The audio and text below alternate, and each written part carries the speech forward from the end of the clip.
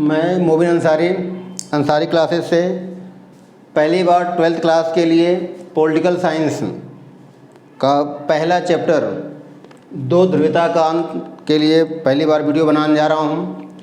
अब इसमें जैसा कि हमने इससे पहले हिस्ट्री के 3 चैप्टरों का वीडियो बना चुके हैं और पहली बार पॉलिटिकल साइंस का बना रहे हैं। चैप्टर का नाम मैंने बता दिया, दो ध्रुवीयता का अंत। तो पहले तो ये जानना है कि दो ध्रुवीयता किसे कहते हैं। तो ये याद रखना है कि जब दूसरे विश्व युद्ध के बाद शीत युद्ध प्रारंभ हुआ था तो वो शीत युद्ध 2 गुटों के बीच हुआ था। एक तरफ पूंजीवादी गुट और दूसरी तरफ साम्यवादी गुट। पूंजीवादी गुट का नेतृत्व अमेरिका कर रहा था, जबकि साम्यवादी या समाजवादी गुट का नेतृत्व सोवियत संघ रूस कर रहा था। तो यही 2 महाशक्तियाँ थी। इन्हीं दोनों महाशक्तियों को दो ध्रुवीयता का नाम दिया गया। तो कहा जाता है कि प्रश्न आएगा कि दो ध्रुवीयता का अंत कब हुआ। तो दो ध्रुवीयता का अंत 1991 में हुआ। तो पहला क्वेश्चन तो यही हो गया कि दो ध्रुवीयता का अंत कब हुआ। तो 1991 में। अगर प्रश्न आ जाए कि दो ध्रुवीयता के अंत से आप क्या समझते हैं, तो हमें बताना कि 25 दिसंबर 1991 में सोवियत संघ का विघटन हो गया। यूएसएसआर का क्या हो गया? विघटन हो गया। और इस विघटन के बाद पूरे विश्व में एकमात्र महाशक्ति के रूप में केवल अमेरिका रह गई या अमेरिका का उदय हुआ।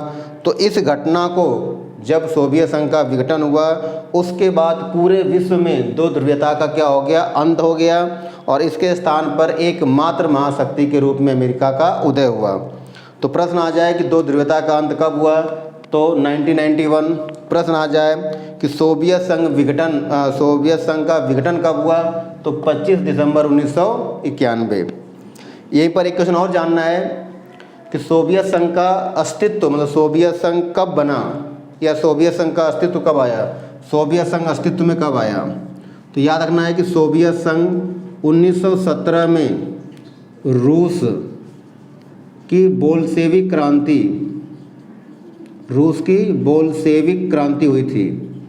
1917 में रूस की बोल्शेविक क्रांति हुई और इसी क्रांति के परिणाम स्वरूप यूएसएसआर का जन्म हुआ। तो प्रश्न आ जाए कि सोवियत संघ कब अस्तित्व में आया, तो 1917 में रूस की बोल्शेविक क्रांति के बाद। तो ये प्रश्न हो गया कि यूएसएसआर कब अस्तित्व में आया। फिर हमने बताया कि यूएसएसआर का कब विघटन हुआ। अब यहीं पर एक जानना है कि इसमें क्वेश्चन आता है कि बर्लिन की दीवार कब बनाई गई थी और कब तोड़ी गई थी। तो यहीं पे जान लें कि बर्लिन की दीवार, और ये सारे क्वेश्चन पूछे जाते हैं कि बर्लिन की दीवार।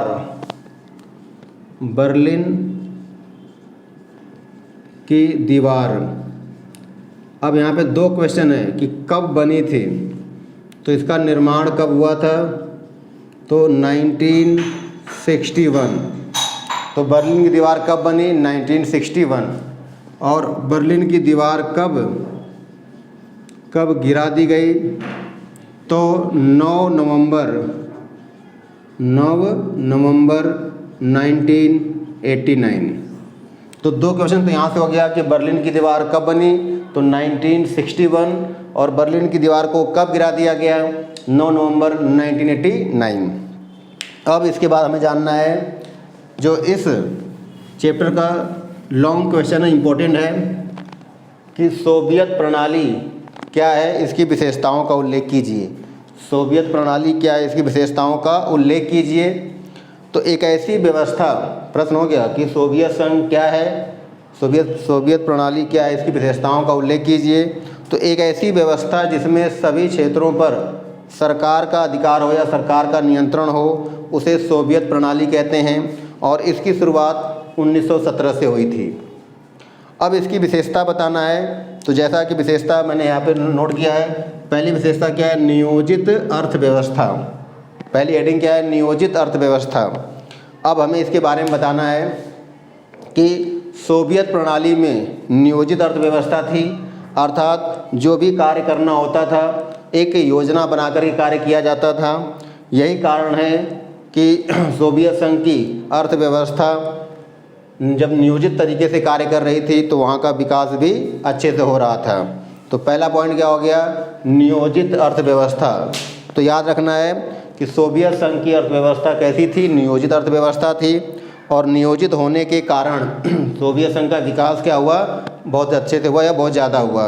तो नियोजित को व्याख्या कर देना है कि योजना बना करके विकास करना। दूसरा पॉइंट है कम्युनिस्ट पार्टी का दबदबा। दूसरी हेडिंग क्या है, कम्युनिस्ट पार्टी का दबदबा।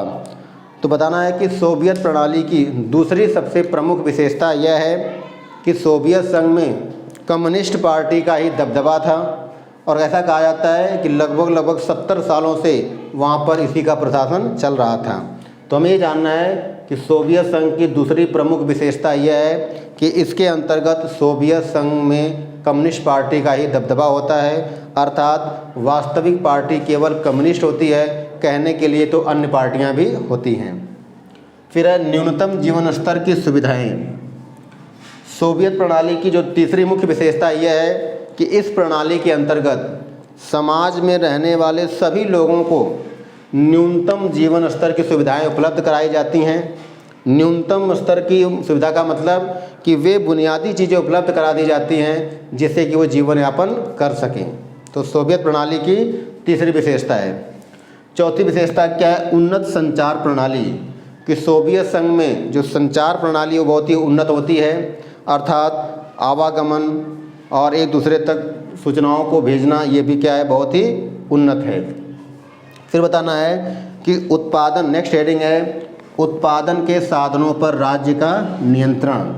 तो हमें बताना है कि सोवियत प्रणाली में उत्पादन के जो भी साधन हैं उन सभी पर राज्य का नियंत्रण होता है। अब इसका थोड़ा हमें समझना है कि सोवियत प्रणाली में क्या उत्पादन करना है, ठीक, क्या उत्पादन करना है और उनका वितरण कैसे करना है। तो क्या उत्पादन करना है, वितरण कैसे करना है, इन सभी क्षेत्रों पर किसका अधिकार होता है, राज्य का। राज्य मतलब देश का।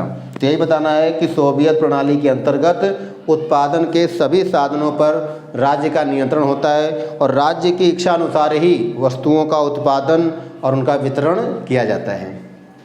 और नेक्स्ट है बेरोजगारी का न होना। सोवियत प्रणाली की एक विशेषता ये भी है कि यहाँ पर सभी लोगों को रोजगार प्राप्त होता है जिससे कि कोई बेरोजगार न हो और सबके खाने पीने की चीज़ें और सारी चीज़ें उनको उपलब्ध कराई जाती हैं। तो ये प्रश्न हो गया कि सोवियत संघ, सोवियत प्रणाली क्या है, उसकी विशेषताओं का उल्लेख कीजिए। अब यहीं पर हमें कुछ और क्वेश्चन जानना है कि हमें जानना है यहीं पे कि इसका एक देश है तजाकिस्तान या ताजिकिस्तान, ताजिकिस्तान या तजाकिस्तान। तो प्रश्न है तजाकिस्तान में गृह युद्ध, ठीक, क्वेश्चन क्या है कि तजाकिस्तान में गृह युद्ध कितने वर्षों तक चला और कब समाप्त हुआ। क्वेश्चन है कि तजाकिस्तान में गृह युद्ध कब समाप्त हुआ और कितने वर्षों तक चला। तो इसका हम आंसर बताएंगे कि तजाकिस्तान में गृह युद्ध 2001 में समाप्त हुआ। तजाकिस्तान में गृह युद्ध कब समाप्त हुआ, 2001 में। और कितने वर्ष तक गृह युद्ध चला, तो 10 वर्षों तक। कितने वर्षों तक, 10 वर्षों तक। तो ये दूसरा क्वेश्चन हो गया कि तजाकिस्तान में गृह युद्ध कितने वर्षों तक हुआ और कब समाप्त हुआ, तो 10 वर्षों तक हुआ और 2001 में समाप्त हुआ।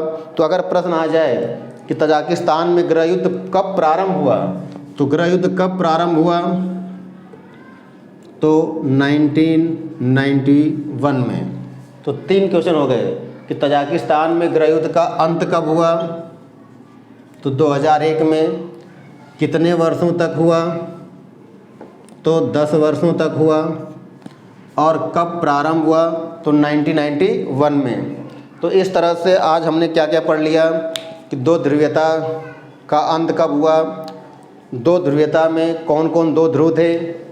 फिर हमने पढ़ा कि बर्लिन की दीवार कब बनी, बर्लिन की दीवार कब गिराई गई, और उसके साथ साथ फिर हमने पढ़ा सोवियत प्रणाली कब अस्तित्व में आई, फिर हमने पढ़ा कि सोवियत प्रणाली की विशेषता क्या थी, फिर हमने पढ़ा ताजिकिस्तान में गृह युद्ध कब हुआ, कब समाप्त हुआ, कितने सालों तक चला। अब इसके बाद यहीं पर हम कुछ क्वेश्चन लिख देते हैं और इसका आंसर आप लोगों को कमेंट के माध्यम से या मेल आईडी पर भेजना है। क्वेश्चन जैसे है कि प्रथम विश्व युद्ध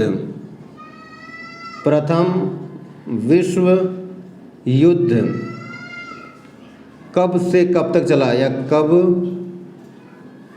कब तक चला। ठीक, पहला ऑप्शन है 1918 से लेकर के 1922, दूसरा ऑप्शन है 1914 से लेकर के 1918, तीसरा ऑप्शन है 1939 से लेकर के 1945 और चौथा ऑप्शन है 1910 से लेकर के 1915। तो ये पहला क्वेश्चन हो गया कि प्रथम विश्व युद्ध कब तक चला। तो इसका हम आप लोगों को क्या करना है, इसका आंसर कमेंट के माध्यम से या मेल आईडी के माध्यम से आपको इसको भेजना है। दूसरा प्रश्न है कि